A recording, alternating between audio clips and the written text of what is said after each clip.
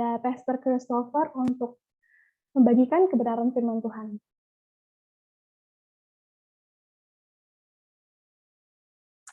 Kita berdoa ya teman-teman. Bersyukur Tuhan buat kesempatan Indah bisa duduk di bawah kakimu, mengambil bagian terbaik untuk mendengar isi hati Tuhan. Kayak buka hati kami selebar-lebarnya dan membuka isi hatimu, yaitu firman Tuhan sebanyak-banyaknya. Karena kami tahu iman kami hanya bisa timbul dari pendengaran akan firman Tuhan. Bicaralah Bapak, kami siap mendengar. Kami minta bantuan Roh Kudus karena sadar kami susah dibilangin. Konsentrasi kami mudah buyar, iman kami terlalu mudah goyah.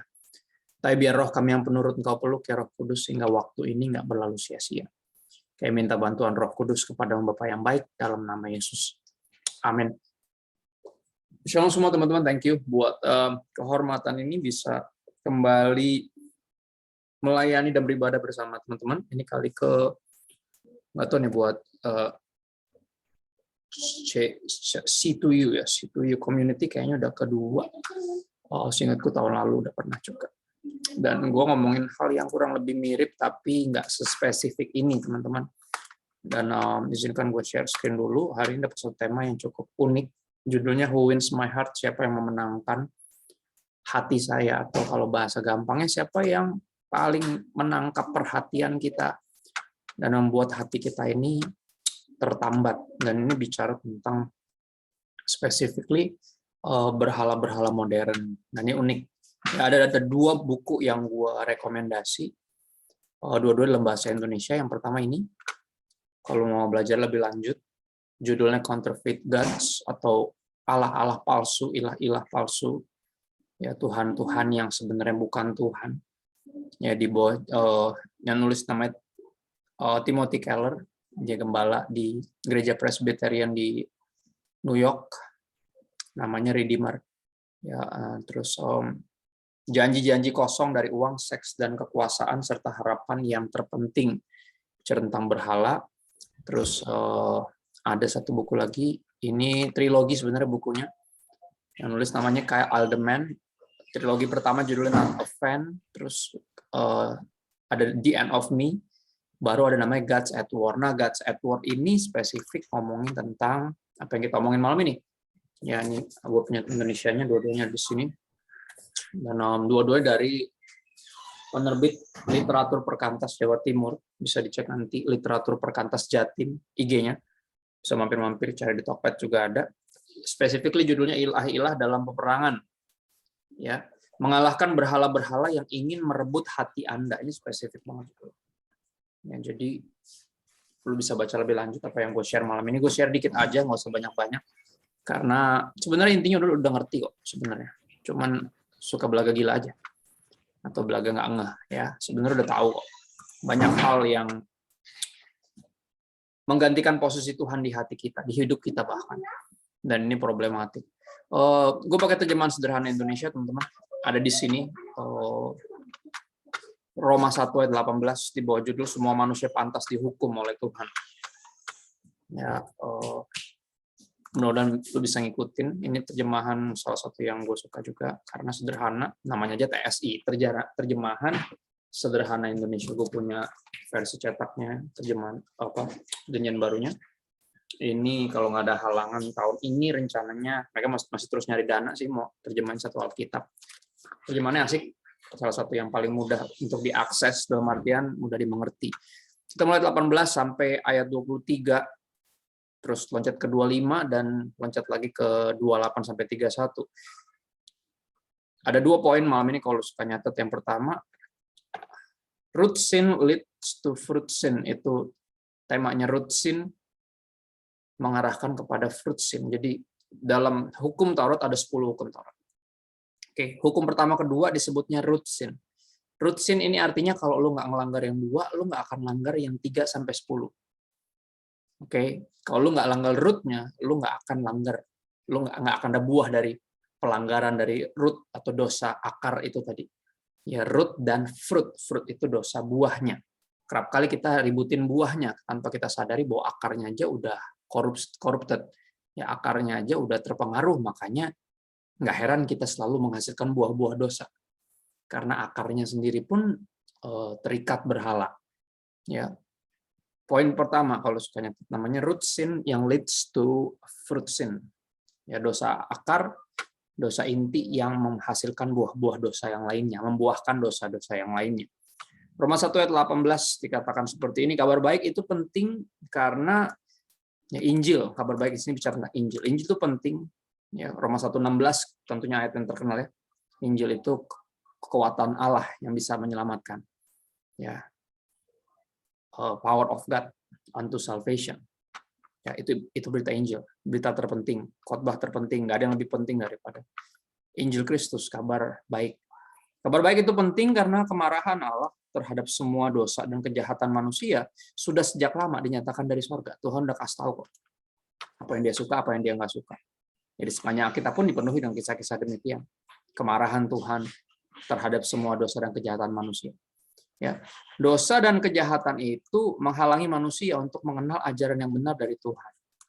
Makanya lu lebih senang khotbah-khotbah yang apa ya, nggak pure, karena dosa dan kejahatan itu menghalangi kita dari mengenal ajaran yang benar.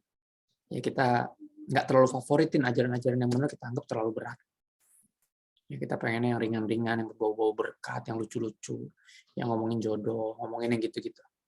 Ya, 19. Sebenarnya hal yang seharusnya diketahui manusia tentang Allah sudah jelas sekali.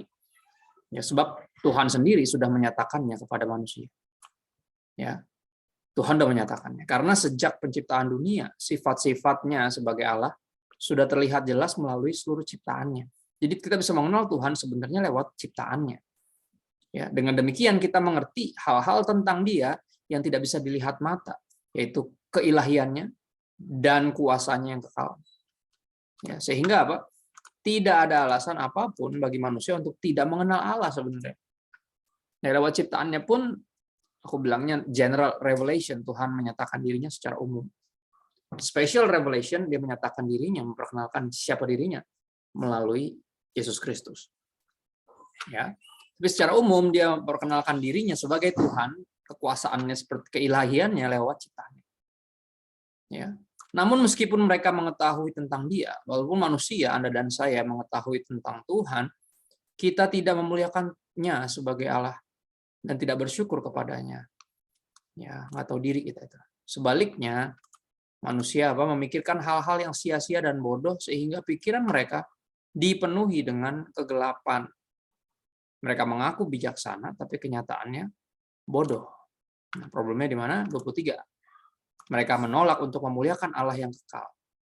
Ya, ada Tuhan yang benar, yang kekal, tapi kita menolak memuliakan Tuhan. Sebaliknya, ya, mereka malah menyembah patung-patung berhala yang mereka buat sendiri. Dalam bentuk makhluk yang bisa mati seperti manusia, burung-burung, binatang-binatang berkaki 4, dan binatang-binatang menjalar. Malah bikin berhala terus disembah sendiri. Benar ya? Maka Tuhan bilang apa? Jangan ada Allah lain di hadapanku dan jangan buat bagimu patung dan menyembahnya. Ya, berhala-berhala yang sekarang memenuhi hati kita, sejujurnya kita yang buat sendiri. Ya, dari benda, hobi-hobi kita, benar-benar hal yang kita sukain, sampai orang ya yang kita taksir biasanya. Kita yang buat sendiri. Dia yang ketawa gede banget. Bener banget kayaknya berarti. Kena banget ya. Ayat 25 bilang kayak gini. Ya, meskipun mereka tahu hal-hal yang benar tentang Allah, mereka memilih untuk percaya kepada yang salah. Ya, bukan nggak tahu kebenaran, tahu, tapi lebih senang sama yang ngaco. Ya, lebih memilih untuk percaya kepada yang salah daripada menyembah dan melayani Tuhan yang menciptakan segala sesuatu. Mereka lebih memilih untuk menyembah ciptaan Tuhan. Padahal hanya Tuhanlah yang layak dipuji untuk selama-lamanya. Amin. Ya, 28 sampai ayat 31. Ya. Ada problem lagi di ayat 28 dikatakan, ya, kalau terjemahan kita, dan karena mereka tidak merasa perlu untuk mengakui Allah, itu terjemahan baru yang biasa kita baca. Gue pakai TSI. Ya, manusia merasa tidak perlu lagi mengenal Tuhan. Oleh sebab itu, karena manusia nggak ngerasa perlu lagi mengenal Tuhan, ya, Allah lepas tangan dan membiarkan mereka diperbudak oleh pikiran mereka yang sia-sia. Sehingga manusia semakin melakukan apa yang seharusnya tidak boleh mereka lakukan. Ini dia nih, ini fruit sin-nya nih. Root-nya jelas, penyembahan berhala. Root-nya ada Tuhan yang lain, ada berhala di hati manusia. Nah, fruitnya adalah ini, hati mereka dikuasai oleh segala macam dosa, seperti berbagai perbuatan cabul, pikiran jahat, kebencian, dan keserakahan. Ya. Pikiran mereka penuh dengan iri hati, ingin membunuh, berkelahi, menipu, menyimpan dendam, memfitnah orang lain, dan saling menjelekkan, ngebully. Ya. Mereka benci kepada Allah, mereka juga kasar, congkak, menyombongkan diri, dan pintar memikirkan cara-cara baru untuk berbuat jahat. Mereka durhaka kepada orang tua, keras kepala, suka ingkar janji, masa bodoh terhadap orang lain, tidak mau memaafkan, dan tidak punya belas kasihan. Ya, ini jadinya karena ada root sin, ya ada dosa akar yang dilanggar sehingga fruit sin semuanya keluar. Ya, buah-buah dari dosa akar menghasilkan dosa buah. Fruit sin root sin leads to fruit sin. Problemnya cuma satu, berhala di buku Counterfeit Gods, ya penulis menuliskan arti berhala secara sederhana, artinya segala sesuatu yang Anda anggap lebih penting dari Tuhan.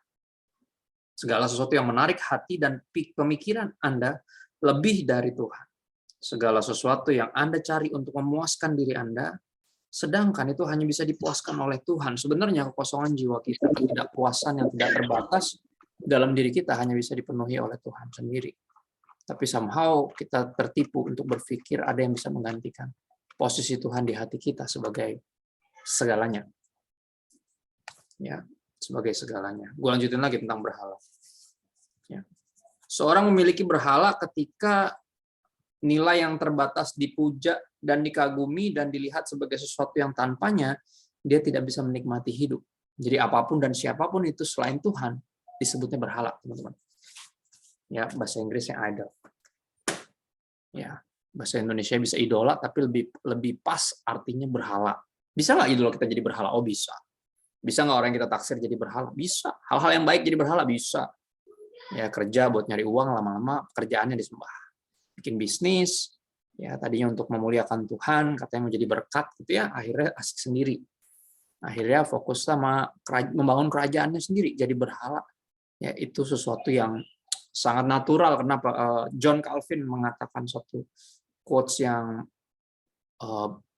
straightforward, nemplak. Ya, dia bilang, hati manusia tuh kayak pabrik berhala. Kita tuh paling ahli ya menjadikan apapun dan siapapun nih menggantikan Tuhan. Kalau kita udah suka sesuatu, udah hati kita dipenuhi sesuatu, kita jadi penyembah berhala dengan waktu yang cukup singkat. Mengerikan ya? Dan itu problemnya cuma satu, karena kita menolak untuk mengenal Tuhan dan menyadari bahwa dia Tuhan satu-satunya yang layak disembah dan layak disebut sebagai segalanya. Nah, ini leads ke poin nomor 2, teman-teman. Gue secara singkat aja bagian cuma 2 poin. Yang kedua, poin kedua adalah kaulah segalanya. Sebuah pertanyaan, siapa kau? Kaunya ini siapa? Ya, siapa segala dalam hidup kita? Markus 8 ayat 34 sampai 38. Markus 8 ayat 34 sampai 38. Di bawah judul tekad menjadi pengikut Yesus. Teman-teman, kenapa ikut Yesus menyelamatkan? Karena satu-satunya cara untuk lepas dari berhala kita adalah mengikuti Yesus.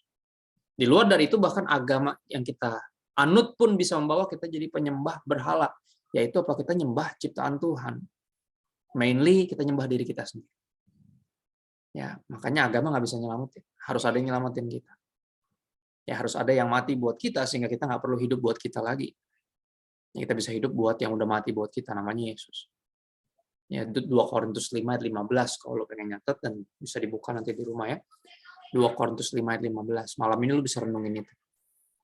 Ya, dikatakan Kristus mati buat semua orang supaya mereka yang hidup nggak lagi hidup buat diri sendiri. Ya, basically berhala paling berbahaya dalam hidup kita yang menyaingi Tuhan adalah diri kita sendiri. Ya. Siapa yang memenangkan hatimu, siapa yang bertahta di tahta hatimu, paling sering dirimu sendiri. Ya. Dirimu sendiri ada berhala yang paling sulit disingkirkan dari hatimu sendiri. Ya, itu yang buat kita sombong, membuat kita merasa nggak perlu Tuhan, cuma nyari Tuhan kalau udah maunya doang, kita manipulatif deketin Tuhan. Ya. Markus 8 ayat 34 sampai 38. Di bawah judul tekad menjadi pengikut Yesus. Sesudah itu Yesus memanggil para muridnya dan orang banyak yang sedang mengikut dia. Lalu ia berkata kepada mereka, siapa yang mau mengikut aku, dia harus melupakan kepentingan diri sendiri dan terus mengikut aku dengan bertekad, sekalipun harus mati, bahkan mati disalibkan, aku tidak akan mundur. Ya, ini penyembah Tuhan, pengabdi Kristus. Ya, orang yang bertekad mengikut Kristus, Kristen. Di luar dari ini, pengabdi mantan, ya, pengabdi setan, segala sesuatu. Lu mengabdi sama yang lain-lain. Ya. Kalau kita anggot-anggotan, mut-mutan ikut Yesus, berarti kita nggak ikut Yesus. Kita bukan pengikut Kristus. Kita sebenarnya berhalain diri kita sendiri. Makanya kita ikut Yesus sejauh itu masih nyaman buat kita. Sejauh kepentingan kita, ada untungnya buat kita ikut Yesus. Kan kita. Kenapa? Karena Tuhan kita adalah diri kita sendiri. Ya, kita penyembah berhala. Most of us, saya juga sama dulu. Ya. Karena setiap orang yang berusaha mempertahankan nyawanya tetap akan mati. Ada yang menganggap nyawanya itu segalanya, teman-teman. Ya, tetapi orang yang mati dibunuh karena mengikut aku dan mempercayai kabar baik tentang aku, dia akan memperoleh hidup kekal. Ya, pikirkanlah. Kalau akhirnya kamu mati juga, apa gunanya kamu jadi kaya sampai memiliki seluruh harta di dunia? Ya, apa gunanya? Karena harta sebanyak apapun tidak bisa membeli hidup yang kekal. Manusia zaman sekarang sudah semakin jahat dan nggak setia sama Tuhan. Jadi selama kalian hidup di antara mereka, jangan malu untuk mengaku saya pengikut Kristus. Ya, dan ajarannya. Jangan malu sama firman Tuhan. Jangan malu sama kebenaran. Kalau lu malu, berarti berhala lu diri lu sendiri. Ya, takut mati, takut diomongin. Yang pentingin tuh citranya sendiri, pandangan orang tentang gue tuh segalanya. Itu berarti berhala lo. Ya. Sebab jika kamu malu mengakui aku, kata Tuhan Yesus, kelak aku juga tidak akan mengakui kamu sebagai pengikutku waktu aku datang sebagai sang manusia dalam kemuliaan Bapakku bersama para malaikat surgawi. Kalau malu mengakui gue sebagai Tuhan, kata Tuhan Yesus, gue juga akan malu nanti ngakuin lu sebagai anak gue di hari terakhir. Ya fair-fairan aja. Kalau gue bukan siapa-siapa, ya lu juga bukan siapa-siapa, kata Tuhan Yesus. Ya, nggak sedikit dari kita yang ngomong Yesus Tuhan, tapi prakteknya jaka sembuh naik ojek. Nggak nyambung, Jack. Ini nggak nyambung. Lu nyebut diri lu Kristen, tapi nggak ada Kristen-Kristen. Nggak nyambung. Lu masih terikat banyak dosa, masih banyak berhala, masih dosa-dosa favorit yang lu nggak bisa tinggalin. Ya lu masih berjuang untuk bikin waktu untuk baca Alkitab, ya ampun. Gini, mengenai makanan kita nggak perlu berjuang untuk memaksa diri kita makan. Kenapa? Karena kita tahu kalau kita lapar kita pasti cari makan. Tapi mengenai olahraga, ya kan, nge-gym, tidur benar, makan yang teratur gitu ya, untuk belajar, sama kayak buat baca Alkitab, berdoa, mesti dipaksain. Bingung ya? Kenapa? Karena lu berpikir secara bodohnya kita berpikir kita nggak memerlukan Tuhan. Ya. Padahal kalau orang yang udah sampai di titik menyadari bahwa dia yang perlu olahraga, lagi liburan aja bisa nge-gym. Asli. Nggak absen dia. Leg day-nya nggak absen gitu. Leg day 2 hari sekali. Hari ini pas lagi liburan, nggak apa-apa gue tetap leg day. Kenapa? Kan dia tahu dia perlu itu. Sama, kalau lu udah menyadari lu perlu Tuhan, bukan Tuhan yang perlu lu, nggak usah dipaksain baca Alkitab, berdoa, nggak usah diingetin. Ya. Lu memerlukannya soalnya. Cuman berhala di hati lu membuat lu berpikir lu nggak memerlukan Tuhan. Kenapa? I got all I need now. Ya, gue udah jadian sama dia. Tambatan hati gue. Ya. Kaulah segalanya untukku. Kaulah curahan hati ini. Tak mungkin ku melupakanmu. Tiada lagi yang ku harap, hanya kau seorang. Yang Ruth Sahanaya nyanyiin sebelum dia bertobat. Pas dia bertobat, dia join sama grup namanya True Worshipers. Bareng sahabatnya namanya Sari Simorangkir, dia bikin lagu. Kaulah segalanya di dalam hidupku. Kerajaanmu Kebenaran-Mu itu bagianku. Kaulah yang kupandang selama hidupku. Mengasihi-Mu, memuliakan-Mu, Bapa dan Rajaku. You know what, gengs? Lu nggak bisa nyanyiin 2 lagu itu dengan sungguh-sungguh. Lu akan pilih satu. Karena apa? Karena nggak mungkin ada 2 segalanya dalam hidup ini.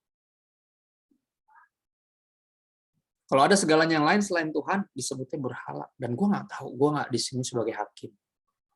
Gue di sini cuma buat ngingetin firman Tuhan, menyadarkan lo bahwa kita rata-rata masih punya berhala. Ya. Yang gue nggak tahu malam ini kenapa lo pilih dia dibanding Tuhan. Gue nggak tahu. Entah apa yang merasukimu. Gue nggak tahu. Ya. Gue juga bingung. Apa yang membuat lo berpikir siapapun dan apapun ini lebih penting dari Tuhan dalam hidup lo. Gue nggak tahu apa yang ngerasukin lo. Tapi gue berdoa malam ini biar Roh Kudus bantuin lo. Untuk menemukan berhala itu dan dengan segera menyingkirkannya dari tahta hati lo. Nah, karena selama dia duduk di situ, hidup lo akan terus hancur. Karena yang bisa memerintah sebagai raja dalam hidup lo cuma sang raja segala raja, yaitu Yesus. Sebelum Yesus memerintah, hidup lo berantakan. Berani jamin gue. Ya, gue bertobat di umur 24. Gue tahu apa artinya 24 tahun punya berhala. Walaupun pelayanan, walaupun Kristen, lahir di keluarga pendeta. Ya, gue pernah berhalain pacar, pernah berhalain hobi, pernah berhalain musik, pernah berhalain pelayanan. Gila ya? Gue pernah berhalain hampir segala hal dalam hidup ini. Dan selama gue jadi penyembah berhala, gue nggak pernah benar-benar hidup. Hidup gue habis. Kenapa? Karena berhala menuntut tumbal. Ya, banyak yang gue korbanin buat berhala gue. Ya, kalau di sini ada yang pengabdi hubungan toksik, ya lu ngabdi sama pacar lu anggap itu segalanya buat lu. Lihat aja lu akan ngorbanin acara keluarga lu. Hampir semua acara keluarga lu nggak ada. Kenapa? Karena lagi jalan sama dia. Karena dia paling marah kalau ada acara keluarga yang mengganggu jadwal jalan-jalan lu sama dia. Berhala. Dan dengan gebleknya lu turutin, ya beb, ya beb. Kenapa? Dia segalanya soalnya buat lu. Ya. Kok real banget, Kak? Soalnya gue dulu gitu. Ada momen di umur-umur gue, masa-masa kegelapan, zaman kebodohan. Pelayanan bareng, tapi dosa juga jalan terus bareng sama dia. Dan gue jadiin dia segalanya. Berhala. Ya, ketika gue bertobat, gue jadikan Yesus segalanya, karena Yesus memang segalanya. Dari sana justru, ketika udah nggak ada berhala lagi dalam hidup gue bisa mengasihi yang lain sesuai proporsinya. Ya istri, anak-anak, pelayanan, ya hobi, musik. Gue bisa taruh di proporsinya, sesuai. Karena segalanya Yesus. Tapi ketika semua itu gue jadiin segalanya, Yesus bukan yang utama, hancur hidup gue. Ya hancur. Hancur sekarang dan binasa nanti. Gila ya? Padahal Kristen di gereja. Tapi Kristen di gereja, sekali lagi yang tadi gue bilang di awal, agama nggak nyelamatin soalnya. Ya, kita tahu negara kita masih terlalu banyak yang mabok agama. Yang memberhalakan agama. Masih banyak. Ya. Masih banyak anak Tuhan yang tadi masih struggle. Untuk mesti dipaksain baca kitab, berdoa. Disiplin diri. Gue harus bikin komitmen, Kak. Cielah. Men, gue nggak pernah bikin komitmen buat makan. Karena gue tahu kalau gue nggak makan, gue lapar dan bisa mati. Oke, gue nggak pernah mesti ngatur komitmen untuk berdoa harusnya. Kenapa? Karena gue nggak pernah berkomitmen untuk bernafas. Gue tahu gue harus bernafas. Bahkan ketika ada hal-hal yang mencegah gue dari bernafas, pasti gue singkir dari hidung gue mesti nafas. Ya, gue nggak perlu dipaksain atau berkomitmen untuk bangun kehidupan doa, nggak perlu. Ya. Nggak bisa dipungkiri teman-teman, kalau lu berhenti makan lu pasti mati, dan kalau lu mati lu berhenti bernafas. Ya, baca Alkitab tuh kayak makan, berdoa tuh kayak bernafas. Orang yang nggak baca Alkitab tuh biasanya udah nggak lapar sama firman Tuhan, nggak lapar sama Tuhan. Ya, nggak lapar tuh pilihannya ada 2, antara lu kekenyangan sama dunia ini, oke, terlalu kenyang mabok berhala, atau lu udah mati sebenarnya. Ya, secara rohani mati, tapi secara jasmani masih hidup. Ingat kan ketika manusia makan buah itu, mereka nggak langsung mati. Tubuhnya masih hidup, tapi ketertarikan rohaninya mati langsung detik itu. Ya, mereka mulai mikirin baju, mulai mikirin hal-hal yang lain yang tadinya mereka nggak pikirin. Nggak langsung mati, tapi rohaninya mati. Makanya nggak lapar. Ya, orang mati mana haus, mana lapar. Oh, mati kok. Ya, ciri-cirinya mati, ya pantesan nggak ada kehidupan doa. Ya orang mati kan tidak bernafas, wajar sekali. Ya, sesuatu yang natural. Pertanyaannya gimana kalau gue udah mati? Ya lu masih bisa denger gue khotbah, berarti lu masih hidup sebenarnya. Ya malam ini ada 49 orang sama gue. Lu bisa di mana aja malam ini? Bisa ngapain aja? Ya ribuan Netflix menanti untuk dilanjutin atau dimulai, bener ya? Banyak berhala di seluruh dunia ini. Ya, banyak kuil, bait-bait Allah yang menanti untuk lu datang, benar ya? Gue penggemar bola. Kenapa gue penggemar bola? Karena bola menurut gue itu agama nomor 1 di dunia. Lu lihat kalau lu lihat gini, bola sama gue juga suka musik, karena buat gue musik bisa banget jadi berhala, idola-idola kita. Gue ingat banget kalau ngantri tiket, oke? Dan ketika pintunya dibuka, lu bisa ngantri tiket itu dari berapa jam sebelum pintunya dibuka, biar lu dapat paling depan. Berlaku buat sepak bola, tapi juga berlaku buat band. Kalau gue anaknya lebih band sebenarnya dibanding sepak bola. Cuman ini yang ngeri, ketika dibuka pintunya, lari semua, sekuat tenaga, pengen dapat paling depan. Beda banget sama gereja. Udah buka dari kapan tahu? Pas pandeminya lagi surut, nggak datang juga. Kirain mah kangen gitu ya. 2 tahun nggak gereja gitu, kirain ada kangen-kangen, nggak ada gitu. Kagak ada kangen-kangen pisan, kagak. Gue pikir tuh bakal selama ini pandemi ini membangun ruang rindu gitu, bikin kita tuh kangen gitu sama untuk bersekutu gitu. Enggak juga, masih mesti dipaksain juga, sama kayak ikut Zoom. Ya udah di miss call, udah dikirimin link, udah ada meeting code-nya, udah tinggal diklik doang ya lah.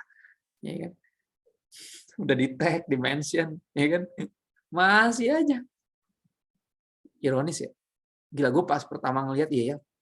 Gue kalau inget zaman itu, gue masih punya berhala musik dan sepak bola, pas buka tuh rebutan, lari. Gue kayak gila, kenapa gue sama Tuhan gak bisa gitu ya? Mesti dipertanyakan, lu mesti bertanya sama diri lu sendiri. Entah apa yang merasuki lo. Apa yang membuat lu masih berpikir ada yang segalanya yang lain selain Tuhan. Gue gak tahu. Ya. Karena kalau lu renungin, gak ada yang kayak Yesus. Gak ada. Nggak, sama sekali nggak ada. Nggak ada yang lebih indah, lebih mengasihi lo, lebih baik, lebih sempurna, lebih mengasihi lo. Nggak ada kata-kata lain yang paling tepat. Lebih mengasihi dan menginginkan lo selain Yesus. Ya. Cuma entah kenapa hati kita ini terlalu mudah dipesona sama dunia ini. Dan gue berdoa biar Roh Kudus bantu kita.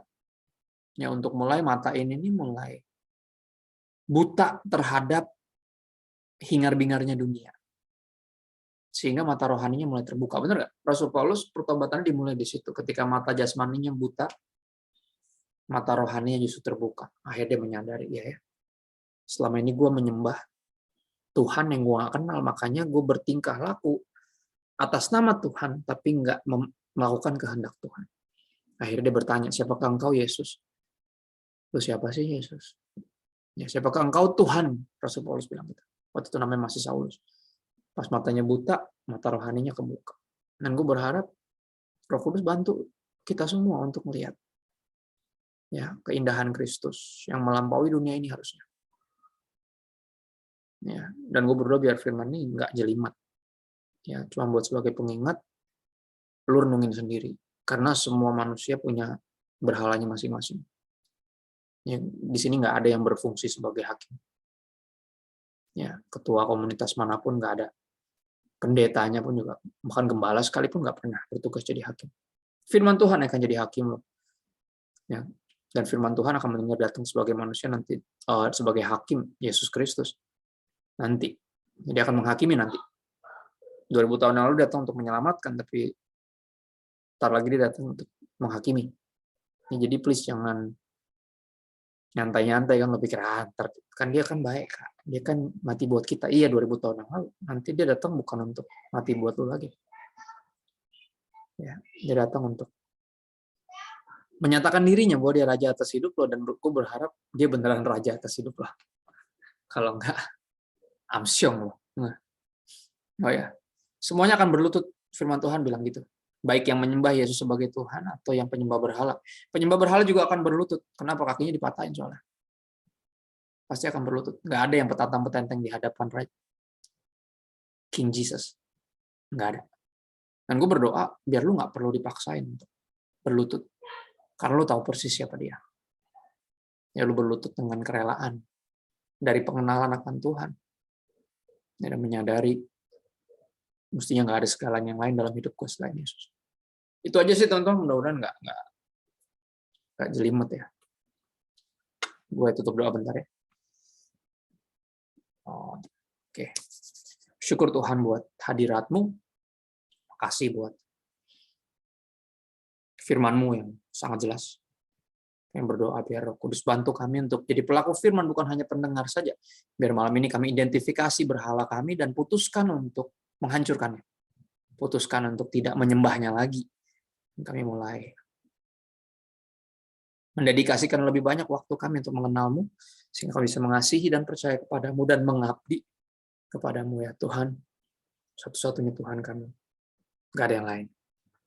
Kami minta bantuan Roh Kudus kepada Bapa yang baik dalam nama Yesus. Amin.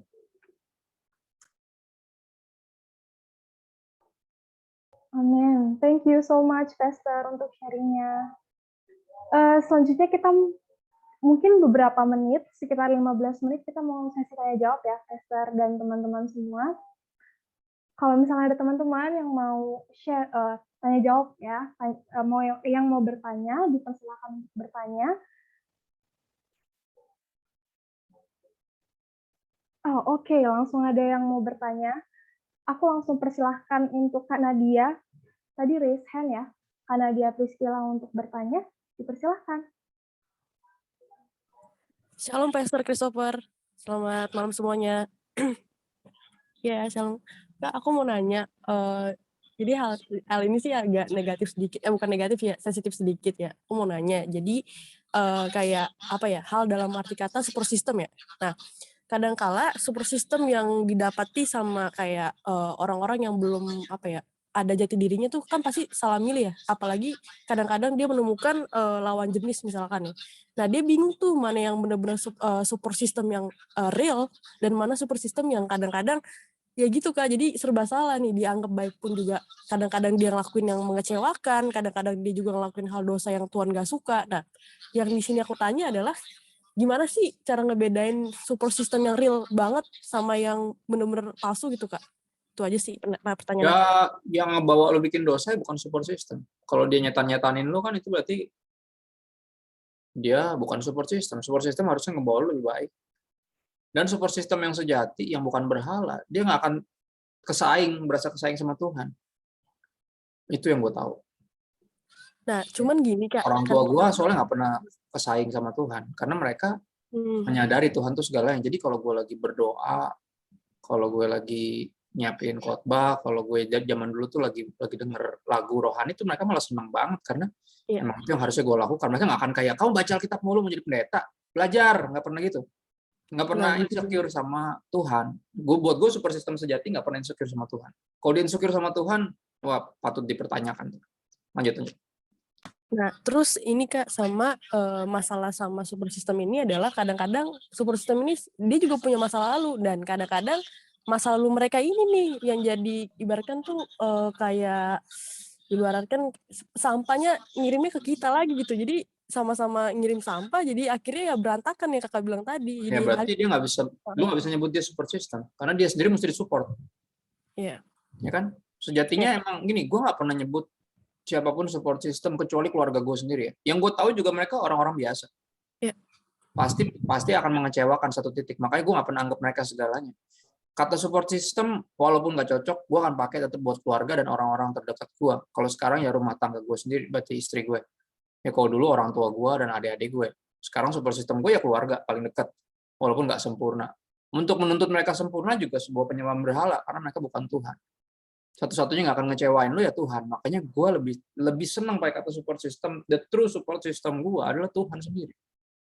Nah, jadi gue nggak terlalu pentingin apa kata orang tentang gue lebih pedulin apa kata firman Tuhan tentang gue. Jadi gue nggak terlalu dengerin. Karena support system tadi, mereka juga bisa berubah sendiri dan mereka juga perlu disupport pada akhirnya. Emang bukan Tuhan juga. Itu sih. Oke, Kak, itu doang sih. Jadi intinya berarti kalau misalkan udah nggak ngakal banget, berarti nggak usah dianggap support system. Berarti tuh kita anggap sebagai teman sharing berarti ya, bukan? Ya udah, teman-teman mengarungi hidup aja. Dalam artian kita kan kalau lagi susah kan berharap ada yang denger gitu kan, ada yang bantuin kita berdoa, menguatkan kita. Tapi kalau nggak punya, ya udah, lu masih punya Tuhan yang nggak pernah tinggalin lu. Yeremia 17 ayat 5 masih dipegang sih. Terkutuklah manusia yang mengandalkan kekuatannya, mengandalkan manusia dan hatinya menjauh dari Tuhan. Pegang kata-kata itu. Soalnya kalau kita jadiin manusia itu seperti Tuhan, lu nabung kecewa. Tinggal nunggu waktu. Yes. Thank you ya, Kak. Sama-sama. Thank you. Makasih, Pastor. Makasih juga untuk Kak Nadia udah bertanya. Untuk teman-teman yang lain, ada yang mau bertanya? Kalau misalnya agak malu gitu kan, boleh lewat chat ke aku atau langsung ke Pastor. Bertanyanya silahkan teman-teman. Atau kalau mau langsung raise hand aja.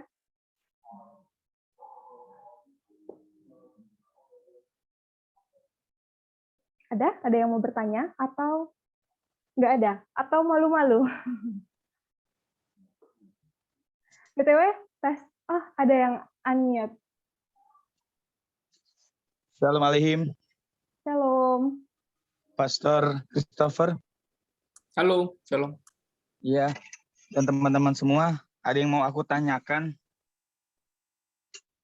Jadi kebetulan aku masuk ke link Zoom ini karena aku follow Pastor Christopher. Kemudian aku ikut gabung bersama teman-teman semua di sini.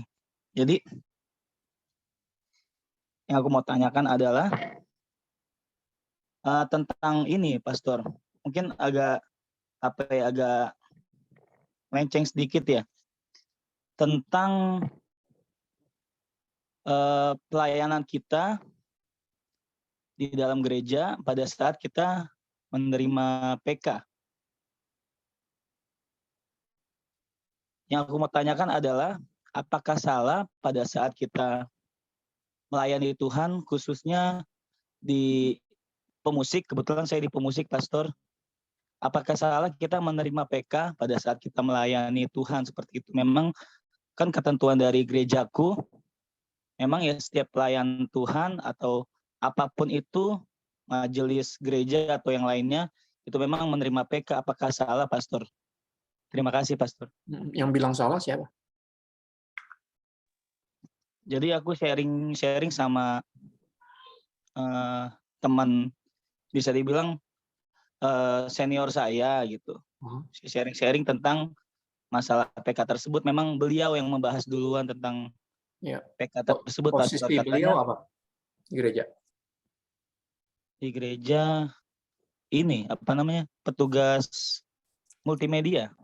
Oh, dikasih PK? Multimedia.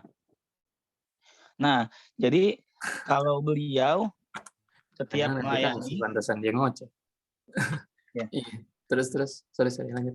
Ya, kalau beliau setiap melayani pada saat dikasih PK, beliau nggak pernah menerima. Dia jadi selalu kasih ke orang lain atau dia masukin ke uang kas multimedia gitu. Gue juga gitu kalau lihat gereja susah. Pasti gue balikin. Tapi gue terima dulu. Itu kan udah jadi punya gue, jadi terserah mau gue apain kan. Gue balikin lagi biasanya. Apalagi kalau gembalanya sakit gitu ya. Gue punya satu tempat pelayanan, teman gue punya gereja. Bukan teman gue sih, bapaknya punya gereja. Bapaknya sekarang meninggal. Gue selalu balikin PK gue ke situ. Ya kita lihat-lihat aja. nggak ada yang bilang salah soal di Alkitab. Rasul Paulus bilang bahkan pemberita Injil berhak mendapat upahnya, tapi dia bilang saya memutuskan untuk nggak ngambil. Ya kalau lu nggak ngambil ya bagus, kalau lu ngambil juga nggak apa-apa. Emang nggak ada yang larang soalnya, makanya gue tadi nanya siapa yang bilang nggak boleh. Oh Gitu. iya, yang bilang nggak boleh sih beliau Iya. dengan Dia bukan nggak boleh itu sebenarnya, cuman dia memutuskan untuk kasih lagi ke yang membutuhkan. Ya kalau lu nggak perlu ya nggak apa-apa. Cuma kita perlu duit, maksudnya ya kan sampai hari ini kan semua di rumah operasional kan pakai uang, emang pakai doa bisa dibayar? Enggak kan? Ya dong kita Iya, kan ke gerejanya pakai duit, nggak jalan kaki juga pakai bensin kan nggak bisa pakai doa bayar. Ya kan? Pada akhirnya kalau emang lu nggak perlu, lu ada pemasukan dari tempat lain, emang lu nggak membutuhkannya ya nggak apa-apa kasih ke orang lain. Tapi nggak harus jadiin itu jadi kayak lu harus jadi kayak gue gitu. Nggak harus. Terserah orang dong mau diambil, mau dipakai atau mau dikasih lagi ya dong. Itu kan haknya. Karena makanya tadi memang nggak ada larangan. Di Alkitab nggak ada larangan. Cuman larangan adalah ketika lu melakukan itu untuk dapetin uang. Itu yang salah.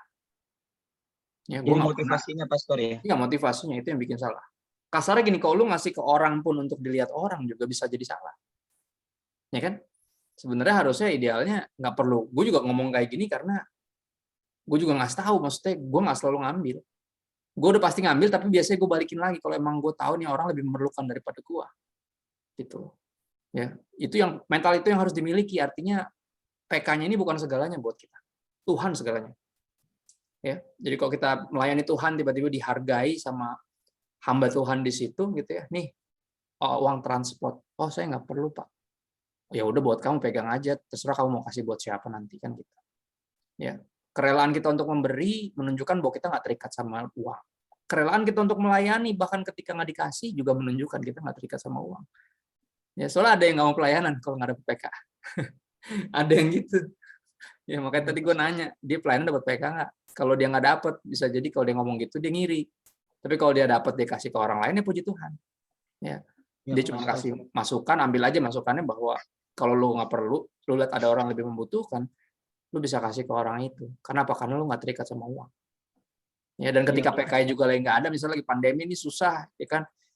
Kita cuma ibadah, kita tapping gitu ya. Bukan tapping sih, live stream gitu. Jemaatnya nggak ada gitu, nggak ada kolekte, nggak dikasih PK gitu. Dan kita nggak marah, kita akan melayani dengan sama aja. Karena buat kita Tuhan itu segalanya gitu. Kita nggak pelayanan buat uang itu juga. Akhirnya kita melayani tetap dengan semangat. Ya, gereja jujur harus tetap buka karena kalau nggak buka nggak ada jemaat, nggak ada kolektor dan nggak bisa gerak, ya kan? Cicilan terus, sewa terus bayar, bahkan mungkin lagi membangun. Ya jadi dibutuhkan justru orang-orang yang sebenarnya kayak beliau ini yang rela untuk berbagi gitu ya di tengah pandemi. Ya itu bagus. Gue berdoa biar motivasinya murni aja. Jadi biar dia memberinya bukan karena motivasi yang salah. Gue berdoa biar dia menyadari bahwa nggak ada larangan di Alkitab untuk ambil PK. Ya, Pastor. Itu doang sih. Ya, sedikit lagi pembahasannya, Pastor ya. Memang cukup panjang yang kami bahas pada saat itu khususnya tentang itu. Jadi ada perumpamaan yang beliau bilang bahwa kalau kita menerima PK pada saat kita melayani Tuhan, itu berarti bukan melayani. Itu pertama. Kedua, dia kasih perumpamaan bahwa setiap kita menerima PK, berarti kita sudah mencari untung di gereja. Ya, itu kenapa sih mencari untung? Dia. Jadi panjang sebenarnya karena itu dia pakai menurut dia. Kalau baca Alkitab nggak ada yang kayak gini-gini. Tidak ada, Pastor ya? Nggak ada sama sekali. Nggak ada. Ya, bahkan para pengikut Yesus juga sama. Ke pelayanan nggak bawa apa-apa.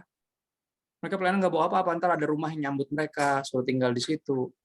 Ya, ada yang ngasih minum, ngasih makan. Terus apakah nggak diambil semua gitu? Jangan sampai lu lebih Kristen dari Yesus. Gitu. Pelayanan Yesus tuh uang pelayanan dari orang-orang yang benar-benar nyembah. Kalau semuanya nggak diterima, nggak bisa keliling mereka. Ya, jadi pada akhirnya balik lagi, kita emang nggak melakukan itu untuk uang, tapi kalau emang ada yang ngasih, kita bisa mengelola dengan baik. Artinya kalau emang kita nggak ngerasa perlu dan ada orang lain lebih membutuhkan, kita harus bisa memberi. Ya buatku nggak ada problem di situ. Dan jangan jadiin itu kayak buat nyari uang. Jadi panjang karena menurut dia. Kalau baca Alkitab harusnya nggak usah terlalu panjang. Ya kita jelas kok. Yesus Baik. ngomong juga, Rasul Paulus paling jelas ngomongin itu. Rasul Paulus by the way kerja, dia punya penyewaan tenda. Jadi justru bisnisnya dia membiayai pelayanannya dia. Ya, nanti kalau ngomongin kayak gini ujung-ujung ada lagi yang punya pandangan aneh lagi. Pendeta nggak boleh punya bisnis lah. Terus duitnya dari mana? Ambil PK nggak boleh, punya bisnis nggak boleh. Terus gimana? Yang mau bayar listrik siapa? Jemaat. Ya kalau mau bayarin sih nggak apa-apa juga ya. Puji Tuhan gitu. Yang mau bayar uang sekolah siapa? Emang bisa pakai doa. Ya kan? Uang sekolah kan bayar masih pakai duit. Guru-guru juga masih Yes. perlu Terima uang. kasih banyak, Ya, Pastor. sama-sama kayak kita guru-guru. Ada yang guru nggak di sini? Yoi. Jadi kayak gini-gini harusnya nggak ada problem sih. Kalau hati kita beres ya nggak ada. Kalau emang uang bukan berhala, harusnya bisa dua-duanya. Lu bisa memberi ketika lu dikasih, dan lu juga bisa menerima dan menikmati ketika dikasih. Karena buat lu itu bukan segalanya, biasa aja. Gitu. Be aja. Alright. Thank you, Pastor. Yuk. Terima kasih banyak. Thank you Kak Hiskia udah bertanya, dan thank you Pastor udah menjawab pertanyaan Kak Hiskia. Dari ini ada 2 pertanyaan.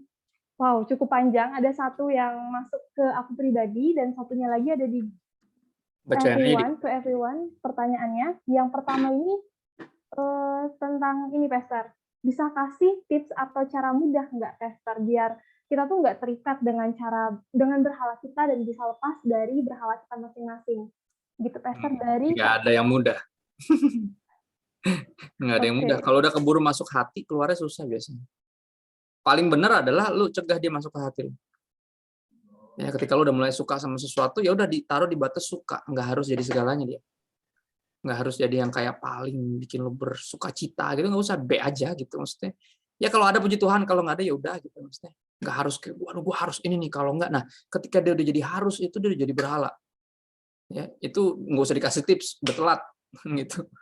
Ya di situ akhirnya lu mesti belajar untuk mengkelet. Gue bilang mengkelet tuh kayak ngeletekin ke poster yang udah keburu lu tempel di hati lu sendiri.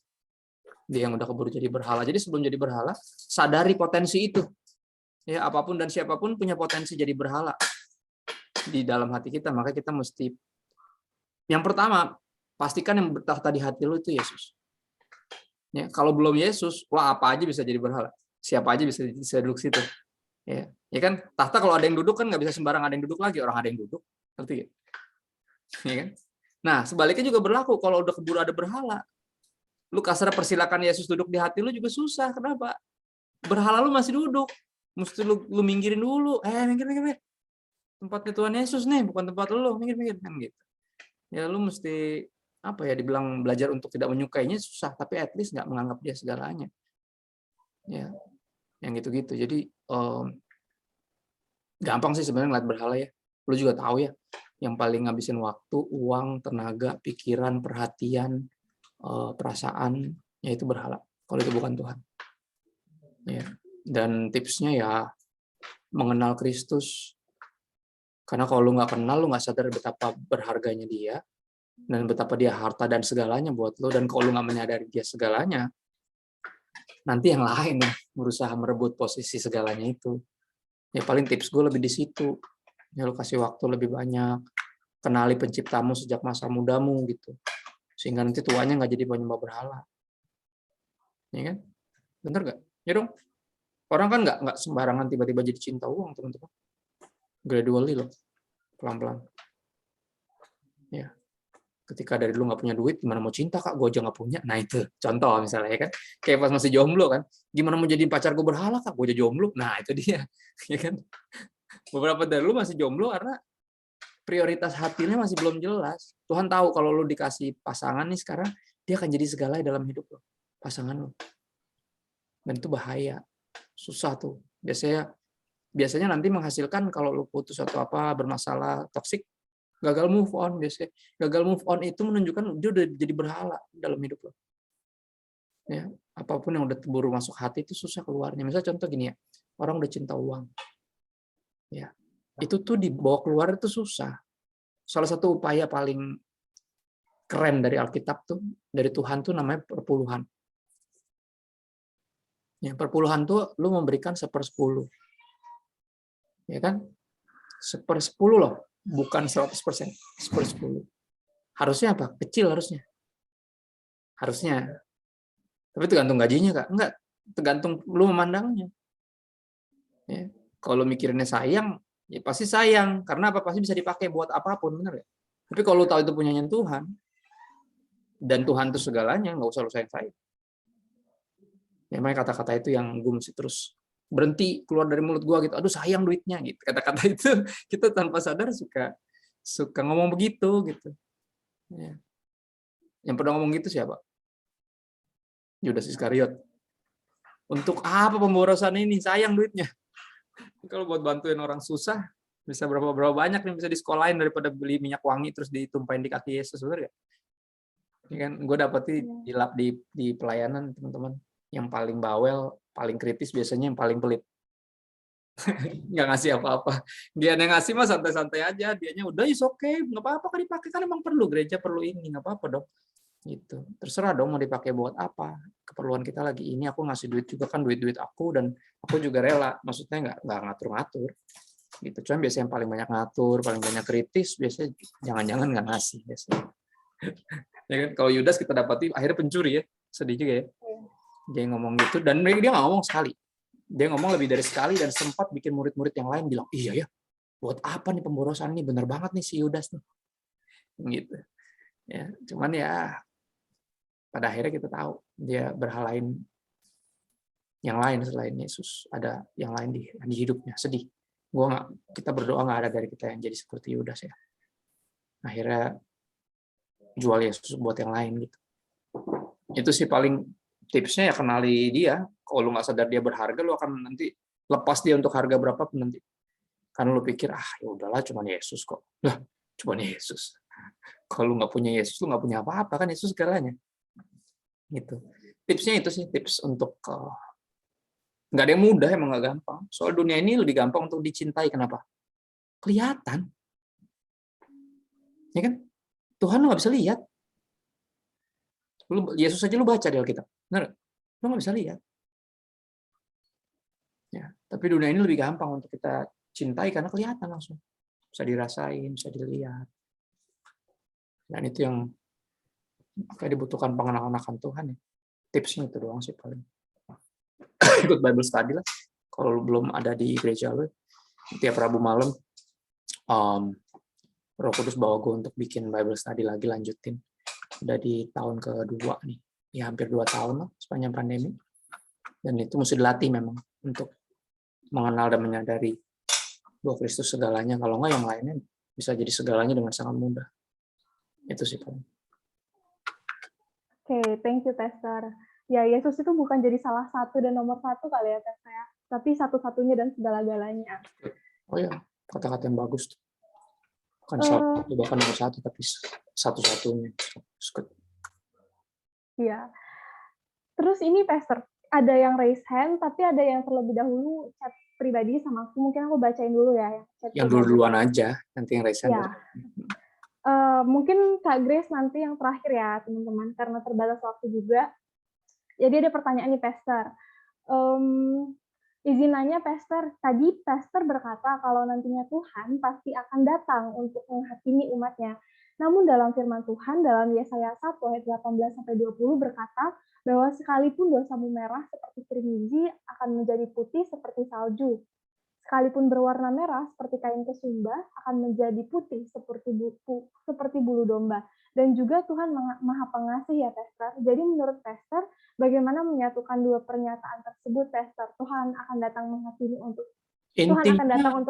umatnya, dan Tuhan Maha Pengasih. Intinya Tuhan Maha Pengasih bukan berarti nggak adil. Ya, artinya kalau lu terus menyikapi kasihnya Tuhan dengan menyalahgunakannya gitu ya.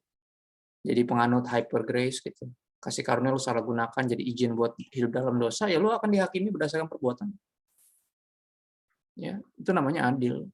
Penuh kasih bukan berarti nggak adil nanti. Ya kan? Kalau lu nginjek-injek darah Yesus gimana? Ya kan, darah tercurah nih untuk menyucikan lu, tapi sepanjang hidup lu nginjek-injek darahnya Yesus. Ya pasti akan ada penghukuman. Itu mah nggak usah ditabrakin. Emang nggak nabrak soalnya itu sesuai kok. Ya, dia itu kasih, dia itu juga adil. Makanya ada grace. Dan grace nggak sepatutnya dianggap murahan dan diinjek-injek. Ya, jadi dia akan datang lagi untuk menghakimi, itu di Alkitab dibilang gitu, dan menghakimi orang berdasarkan perbuatan mereka. Jadi gini, iman lu kepada Yesus harusnya menghasilkan perbuatan yang berubah. Kalau perbuatan lu masih terus dosa, ya lu akan dihakimi berdasarkan itu. Berarti lu menyia-nyiakan pengorbanan Kristus. Ya, itu sih paling nggak usah ditabrakin. Itu kan merah seperti kirmisi dibuat putih salju, itu kan bicara darah Yesus menyucikan kita kan dari dosa. Disucikan dari dosa bukan berarti lu bisa hidup dalam dosa terus. Harusnya lu keluar dari kubangan itu justru. Nggak lagi hidup di situ. Ya, itu sih paling menjawab pertanyaan ini. Oke, thank you, Pastor. Jadi meskipun kita sadar Tuhan Maha Pengasih, tapi kita juga sadar bahwa Tuhan adalah adil ya, Pastor ya. Jadi jangan sampai berlawanan gitu ya. Oke, thank you. Dan yang terakhir ya, persilakan untuk Kak Grace yang dari tadi udah raise hand untuk bertanya. Terima kasih Kak. Shalom Pastor. Aku juga di sini join Zoom-nya karena follow Pastor Crystal. Mau nanya berhala terhadap musik sih Pastor. Jadi kayak mungkin pernah ya suatu ketika aku kayak bukan satu hari sih, mungkin kayak sering gitu. Jadi pasti pernah lah gitu. Maksudnya kayak kita tuh ngedengerin musik tapi nggak lagu rohani, dan itu tuh emang jatuhnya jadi kayak ketika kita buka Spotify atau YouTube gitu ya Pastor ya. Nah mungkin pernah lah gue penikmat musik soalnya di fase-fase kayak mungkin lagi bosen gitu Pastor denger lagu rohani, jatuhnya jadi pas begitu buka Spotify jatuhnya jadi kayak dengerin lagu di luar rohani terus gitu Pastor. Nah itu tuh jadi sebenarnya salah nggak sih Pastor? Kayak yang aku tahu juga nih, Pastor kan suka denger lagu rock ya Pastor. Nah dan lagu-lagu rock itu kan nggak semuanya kan liriknya juga bagus, malahan ada yang ngaco juga gitu liriknya. Justru sebaliknya, nggak semuanya ngaco, ada yang bagus juga. Harus diputer. Soalnya identik kalau udah musik keras pasti liriknya sampah. Jangan salah. Sampahan lirik-lirik R&B sekarang loh. Daripada musik metal. Kalau lu mau tahu ya. Benar. Jadi gini, sebenarnya gini, gue bingung ada orang yang bisa bosan sama lagu rohani. Gue nggak tahu kenapa lu bosan. Karena lagu rohani itu yang menjadikan dia lagu rohani itu sebenarnya liriknya orientednya itu Kristus dan pengorbanannya. Entah dia lagu cepat atau lagu upbeat atau lagu yang slow. Ya, liriknya sama tentang pengorbanan Kristus. Yang gue denger metal rata-rata itu juga sama. Ya, Kristen metalcore, Kristen hardcore, Kristen melody pop punk, you name it. Gue punya bahkan Kristen death metal juga ada kalau mau tahu. Itu liriknya sama. Sama kayak lagu gereja liriknya. Tentang Kristus dan pengorbanannya, tentang berperang melawan dosa, berperang dari kemenangan yang Kristus capai di kayu salib. Kalau mau tahu liriknya gokil-gokil, makanya harus diputer justru.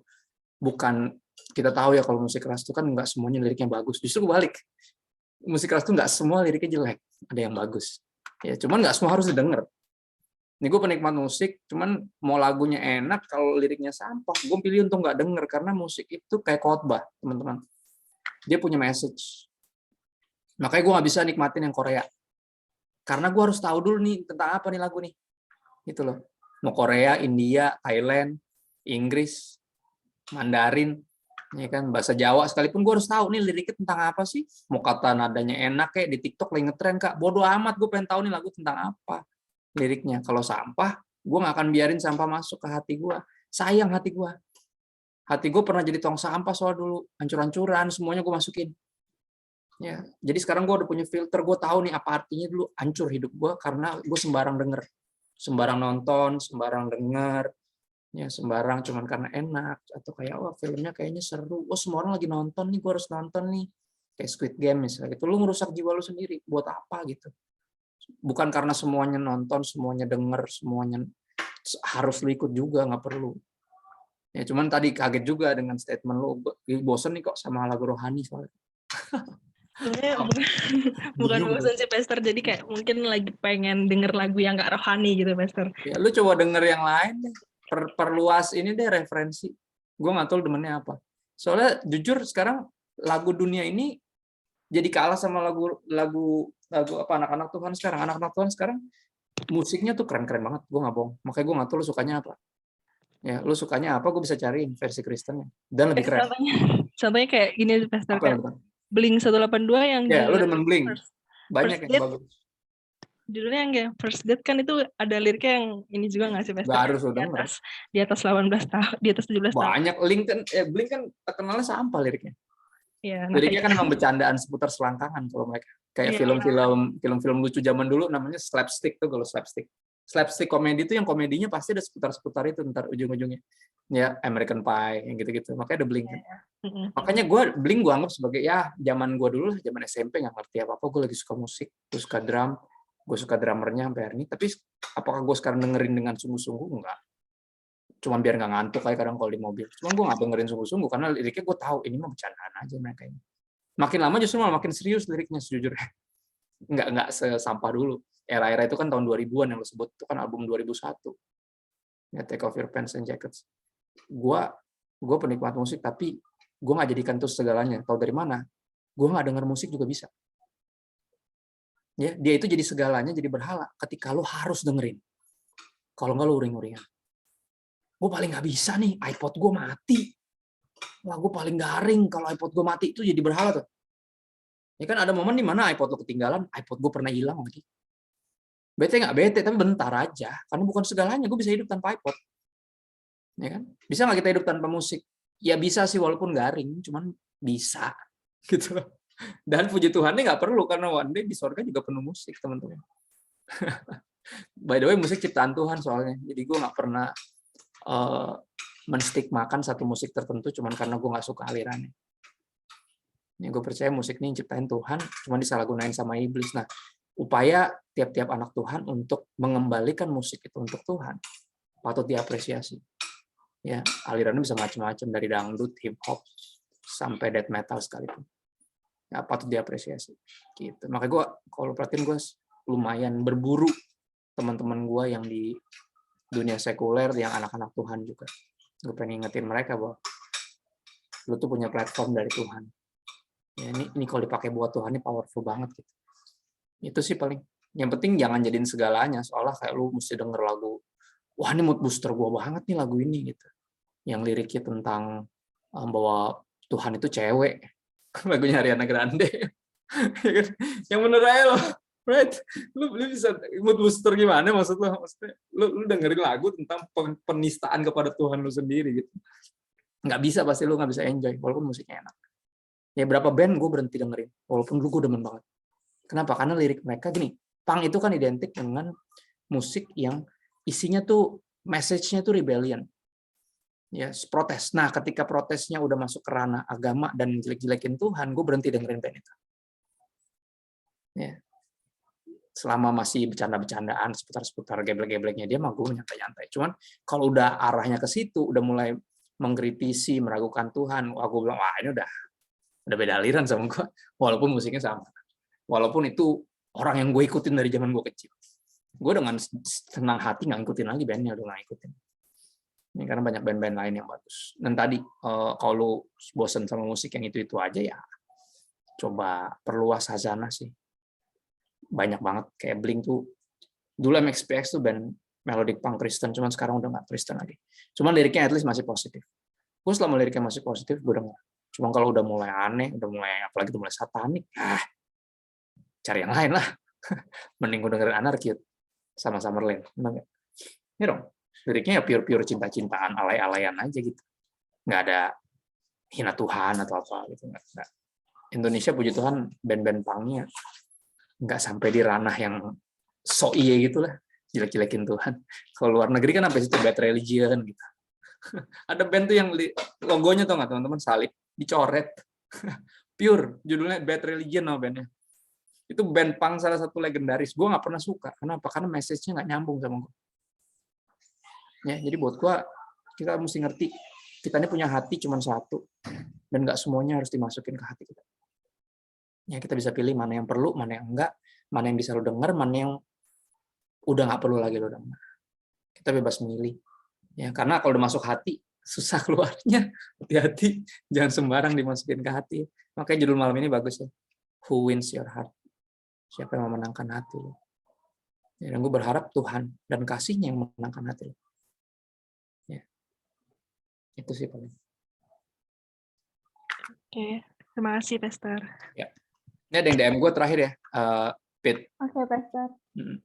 Pak Pendeta, saya mau bertanya, kalau perpuluhan diberi pendetaannya bukan gerejanya, diberi ke pendetaannya bukan gerejanya. Nah, pendetaannya kan yang ngurus gerejanya.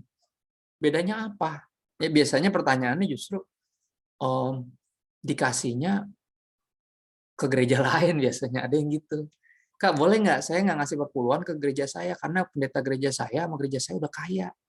Ya, jadi ada di daerah nih, aku punya teman, dia penginjil, nah di daerah, dia perlu uang tuh Kak. Gitu. Pertanyaan dilematisnya biasa gitu. Ya ini baru pertama kali nih, ada orang yang bilang, boleh nggak gue ngasih ke pendetanya, bukan ke gerejanya. Loh, pendetanya juga yang ingin gerejanya, coy. Nggak ada bedanya. Ya kan? Untuk pertanyaan ini gue rasa nggak perlu dibagi, karena buat gue pendetanya juga yang ngurus gerejanya juga, nggak ada bedanya. Maksud gue, harusnya nggak dipecah-pecah, dan lu juga kan anggota gereja itu. Ya kan? Buat gue ngasih perpuluhan tuh kayak ngasih pajak ke negara. Perpuluhan itu kayak buat kebaikan kita sendiri bersama. Ya, kayak misalnya gini, acara Natal sistemnya potluck. Potluck itu artinya lu bawa macam-macam masing-masing. Biasanya janjian tuh, gue bawa minuman, gue bawa buah, gue bawa salad buah, gue bawa lauk, ntar gue bawa nasi, gue bawa kerupuk. Ada yang gitu, ada yang bawa kerupuk, by the way. Ya. Nah, setiap lu bawa, yang makan nanti lu juga. Ya, buat gue sama, kalau lu ngasih perpuluhan ke gereja, kan lu juga yang nikmatin. Bisa duduk di bangkunya enak, ya kan? Ruangannya juga puji Tuhan ada AC-nya walaupun nggak terlalu dingin. Ya kan? Terus udah pakai ubin bukan tanah kan gitu. Ya, atapnya udah nggak beratapkan langit lagi yang bintang-bintang gitu kan. Sekarang udah ada tutupannya gitu, walaupun belum masih begitu langit-langit. Ya kan, pada akhirnya jangan pernah berpikir untuk hitung-hitungan sih kalau ngasih ke Tuhan, kalau buat gue ya. Karena kita ini bagian dari tubuh Kristus, gereja itu kan kita ya. Tapi kalau ngerasa perlu untuk ngasih pendetanya secara spesifik, ya lu kasih, dan jangan dari duit pelayanan. Jadi jangan dari duit perpuluhan. Perpuluhan itu kalau di Maleakhi dibilang spesifik. Ya, dikasih ke gereja biar ada roti persediaan buat orang-orang yang perlu. Nah, jadi kalau mau ngasih di tempat lain buat orang lain, ya itu lo pakainya bukan dari perpuluhan. Kalau gue kayak gitu soalnya. Ya, gue walaupun gue di gereja, gue full time, gue tetap ngasih perpuluhan ke gereja. Ya, dan kalau buat bantuin yang lain, dari duit 90% itu gue potong lagi. Itu buat yang lain-lain. Yang perpuluhan buat gereja. Apalagi pandemi gini, gile. Kasihan tau gereja. Berapa banyak yang tutup. Ya, di kota besar lo tutup. Apalagi yang susah di daerah yang nggak pandemi aja udah susah, ditambah pandemi lagi. Kadang akhirnya mereka bilang kayak kita juga nggak ada apa-apa di sini, corona juga kecil, ya, jemaat juga dikit, mau ditutup lagi gerejanya, iya kali, gitu. Ya kan? Nah, akhirnya kita mesti lihat itulah, belajar untuk nggak mengkubu-kubukan diri gitu. Seolah gue sama gereja tuh dua makhluk yang berbeda. Nggak, gue nggak mau ngasih ke gereja, gitu. Gue mau ngasih ke pendetanya aja, loh. Ya kan? Itu sih paling nggak ada problem harusnya. Perpuluhan gue nggak split lagi, itu namanya perlimaan dong. Ya, perpuluhan cuma 10%, dipotong pula jadi 5%. Lu kasih lagi dari sisanya. Percaya deh, nggak bakal pernah berkekurangan orang yang memberi. Gue belum pernah ketemu orang yang terlalu banyak memberi sampai nggak punya. Belum pernah. Belum pernah sampai hari ini. Gue juga sepanjang hidup memberi, nggak pernah kekurangan sampai hari ini. Asli, nggak bohong gue. Ada aja cara Tuhan. Ya, makanya gue nggak pernah hitung-hitungan juga sama Tuhan. Karena Tuhan juga pas berkatin gue juga nggak banyak hitung-hitungan. Dia berkatin gue suka nggak kira-kira kadang. Benar. Gue sampai bingung. Ini apa ya? Gue kadang gitu. Ya, balik dari pelayanan, naik pesawat, tiba-tiba ada orang duduk sebelah gue, diam aja. Gitu. Gue makan, ngapain, tidur, diam. Pas gue mau lewat, dia bilang, Pastor Kristo ya? Iya. Siapa ya Pak? Oh, nggak perlu tahu Pak, ini ada dari Tuhan. Dikasih amplop. Nggak tahu gue ada tuh gereja mana, pendeta. Siapa dia? Gue coba cari tahu. Enggak, dia nggak mau ngasih tahu. Dia biarin gue jalan duluan. Dia diem aja di situ nungguin. Dia punya kabin di atas. Sampai di rumah cuma bingung sama istriku, gila Tuhan tuh kalau berkatin kita nggak hitung-hitungan ya, makanya kita juga untuk pekerjaan Tuhan juga jangan hitung-hitungan. Kalau nggak bocah Engli, benar ya? Yang ngerayain Sinci harus bisa jelasin tuh bocah Engli apa, gitu. Ya, bisa ditanya sama yang ngerti ya. Ya dong, nggak aci dong namanya kalau bahasa Betawinya tuh. Tuhan berkatin kita nggak hitung-hitungan, tapi pas buat pelayanan pekerjaan Tuhan kita hitung-hitungan kan nggak lucu ya. Harusnya juga malu sendiri kita, gitu loh. Ya itu sih paling. Mudah-mudahan nggak ada problem ya tentang ini. Perpuluhan kamu kasih ke gereja, pelayanan, basically buat pekerjaan Tuhan, sisanya kamu mau bantu yang lain, pakai 90% itu. Potong lagi nggak apa-apa. Itu sih paling. Ya ini terakhir nih. Udah harusnya nggak ada lagi. Dia direct message soalnya. Ya. Oke, makasih banyak Pastor udah menjawab pertanyaan-pertanyaan dari teman-teman, dan makasih untuk teman-teman yang udah bertanya. Semoga mungkin tadi tuh ada teman-teman yang nggak sempat bertanya, next time ya teman-teman, atau bisa langsung DM ya Pastor ke Instagram Pastor Bisa, Christopher. tapi YouTube-an dulu lah. YouTube. Hari gini biasanya pertanyaan lu udah dijawab di YouTube. Oke, ya. Kalau banyak pendeta-pendeta yang bahas hal-hal yang penting banget di YouTube dan harus ditonton teman-teman. Subscribe jangan lupa dan like, oke? Karena monetize-nya lumayan buat bangun gereja. Ya, jadi please kalau lu mau dukung jangan dukung YouTuber yang lain ya. Anak-anak Tuhan yang bikin lu dukung. Ya, kalau bukan kita yang dukung siapa lagi soalnya? Ya, jangan sampai lo akun-akun gibah lo ikutin, yang gitu lo subscribe, gitu. Ngapain? Ya, mendingan ya akun-akun rohani yang bagus-bagus, yang pendetanya tuh itu kan butuh waktu tuh, dedikasi. Yang beberapa channel Pijar TV, You Channel, terus apa namanya live channel, itu tuh mesti lo subscribe semua tuh. Ya, kalau yang lain-lain yang gaming nggak usah lah, ngapain sih? Udah pada kaya, udah pada jadi sultan itu. Ya, saatnya pendeta-pendeta dijadiin sultan biar jemaatnya nggak usah ini, biar dia bisa dengan berani gitu ya, kalau emang perlu gereja tutup lagi gitu. Jadi nggak perlu membahayakan jemaat. Ya, kalau bukan kita yang support siapa lagi? By the way, ini 2 buku tadi lu coba cari kalau ada uang dan lu emang mau bahas lebih lanjut lagi. Ya, ini 2 buku bagus, nggak terlalu tebal, bahasa Indonesia pula. Ya, sekali lagi Literatus Perkantas Jatim. Terus gue supporter semua dari Clothing Kristen, toko buku Kristen, lembaga Alkitab. Gue coba support pelayanan-pelayanan di daerah. Kalau bisa gue taruh kitabisa.com-nya di story, pasti gue taruh. Ya, cuman hari gini emang lagi susah teman-teman, semua lagi perlu. Ya, ada yang sakit, ada yang mau bangun gereja. Sekarang kita kebaktian aja nggak bisa. Ya, jadi nggak gampang. Gue berusaha sekuat mungkin, dan kalau kita semua kerjasama, taruh-taruh di story kita, gue rasa cepet kok kebantunya. Ya nggak harus, wah pendeta ini sombong banget. Ya nggak, bukan sombong juga, jangan-jangan dia nggak ngeliat DM. Gitu. Ya ada yang kayak gitu ke gue soalnya, Kak, bantuin bisa nggak Kak? Soal pendeta yang lain pada sombong-sombong Kak. Loh, kenapa emang? Iya gini, gue ada teman gue pelayanan di daerah gini-gini perlu. Oh ya udah, gue taruh. Kenapa? Karena pas gue lihat, kalau gue pas lagi nggak lihat bukan sombong, emang yang nggak lihat. Dan nggak semua pendeta ngeliatin DM-nya teman-teman. Jadi please jangan ditabrak-tabrakin cuman gara-gara dia nggak balas DM lo atau apa lu cap dia sombong. Nggak juga. Ya bisa jadi dia pendeta sederhana yang mungkin IG-nya aja dibikin sama anaknya, I don't know. Bisa jadi loh. Dia juga nggak tahu, dia gaptek. Jadi please jangan dihakimi gitu ya. Justru disupport pelayanan mereka gitu. Gitu lu mesti support the pasti gereja lu sendiri. Ya, nggak ada keluarga yang sempurna, nggak ada gereja yang sempurna. Pendeta yang sempurna juga nggak ada. Ya, tapi kita ada di situ kan untuk tujuan ilahi ya. Gue berdoa biar pelayanan yang paling lu support ya pelayanan gereja lu sendiri. Itu yang paling pertama harus lu support. Itu sih. Thank you. Itu aja paling tambahan-tambahan dari orang tua. Tambahan dari orang tua. Makasih Pastor. BTW Pastor mau bilang juga, makasih untuk tadi juga ngasih tahu bukunya. Tema hari ini juga sebenarnya terinspirasi dari buku God at War sih. Aku sama Nagas ya punya ya, kita berdua. Aku sama Nagas punya. Jadi emang hari ini tuh terinspirasi banget karena mengingat kita semua emang berjuang sama berhala kita masing-masing gitu. Karena hari-hari ini kayak mungkin kita berhala itu udah bertransformasi gitu kan, iblis makin jahat dan dia punya banyak cara untuk masuk hati kita gitu. Thank you so much Pastor. Dan sekarang kita mau dokumentasi dulu ya, teman-teman, untuk mengakhiri sharing-nya juga.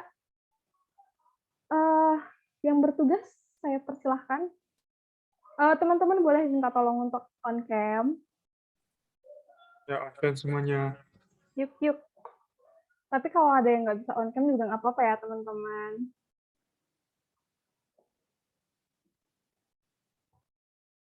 Oke. Sudah semua? Oke.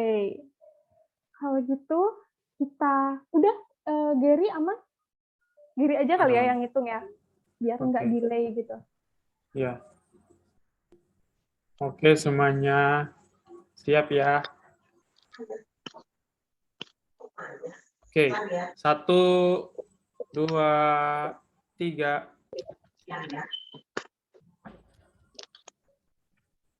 Sekali lagi. Oke, 1, 2, 3.